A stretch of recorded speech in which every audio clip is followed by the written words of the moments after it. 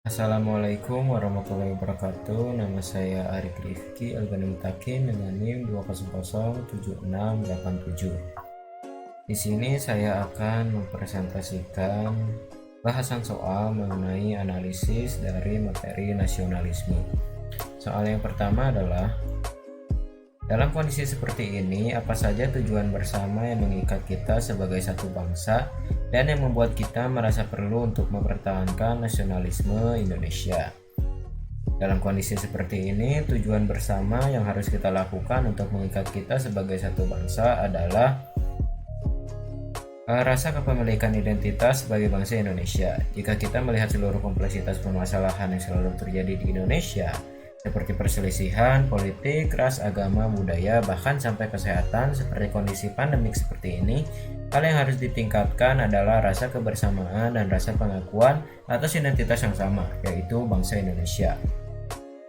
Saya yakin semua masalah bisa dihadapi dan diselesaikan dengan baik apabila kita mempunyai rasa akan kesatuan yang sama dan kesadaran akan mempunyai tujuan yang sama dalam bernegara di negara Indonesia ini.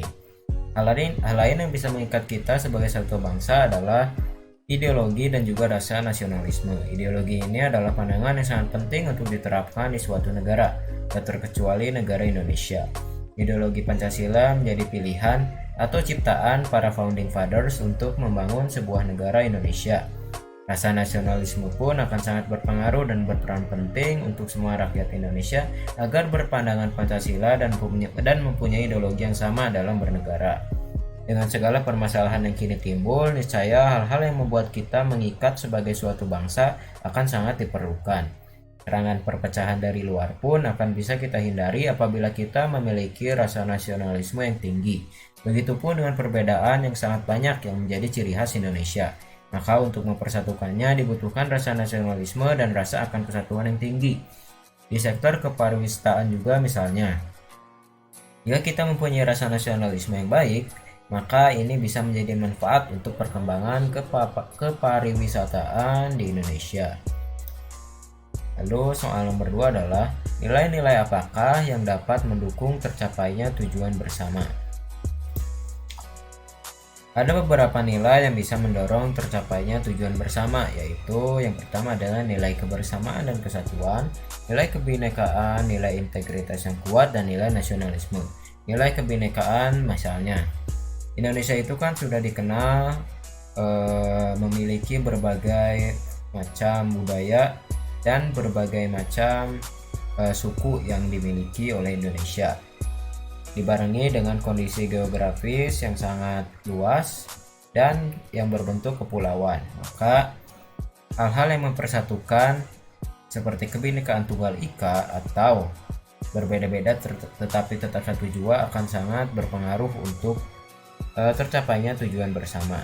Nilai integritas yang kuat pun akan sangat dibutuhkan oleh negara Indonesia, karena dengan bangsa yang mempunyai nilai integritas yang kuat, maka mau masalah apapun yang terjadi yang dihadapi di negara tersebut, maka semua masalah itu bisa dihadapi dengan baik karena memiliki integritas yang kuat.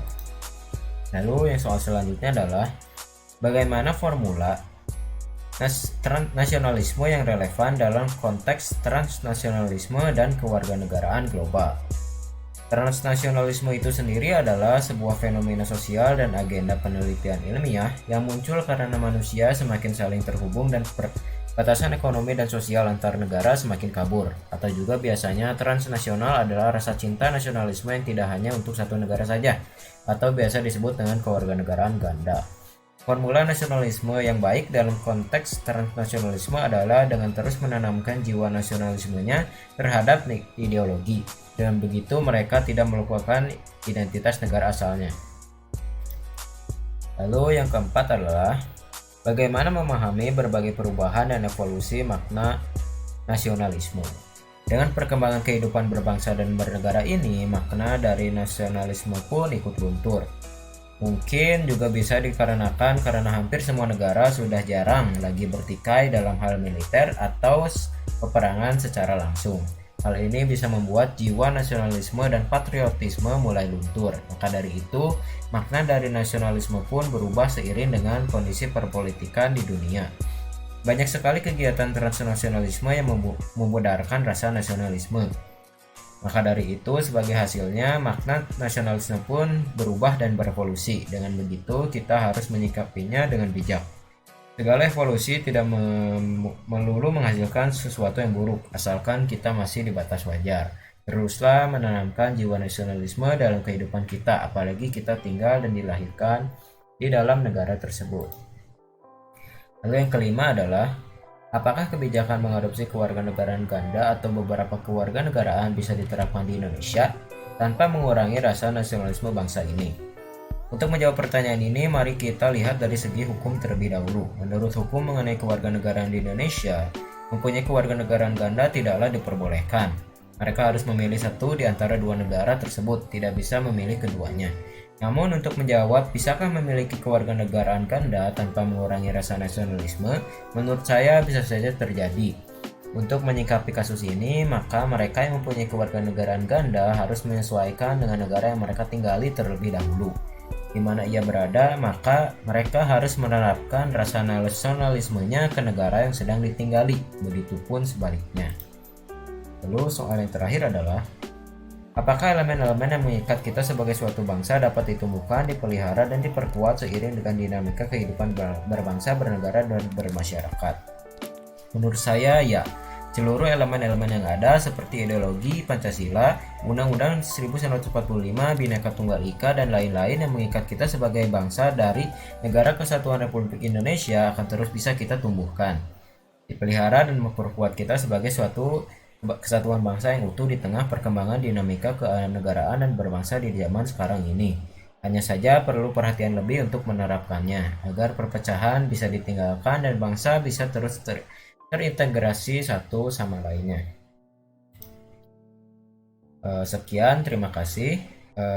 Mohon maaf apabila terlalu banyak kesalahan. Wassalamualaikum warahmatullahi wabarakatuh.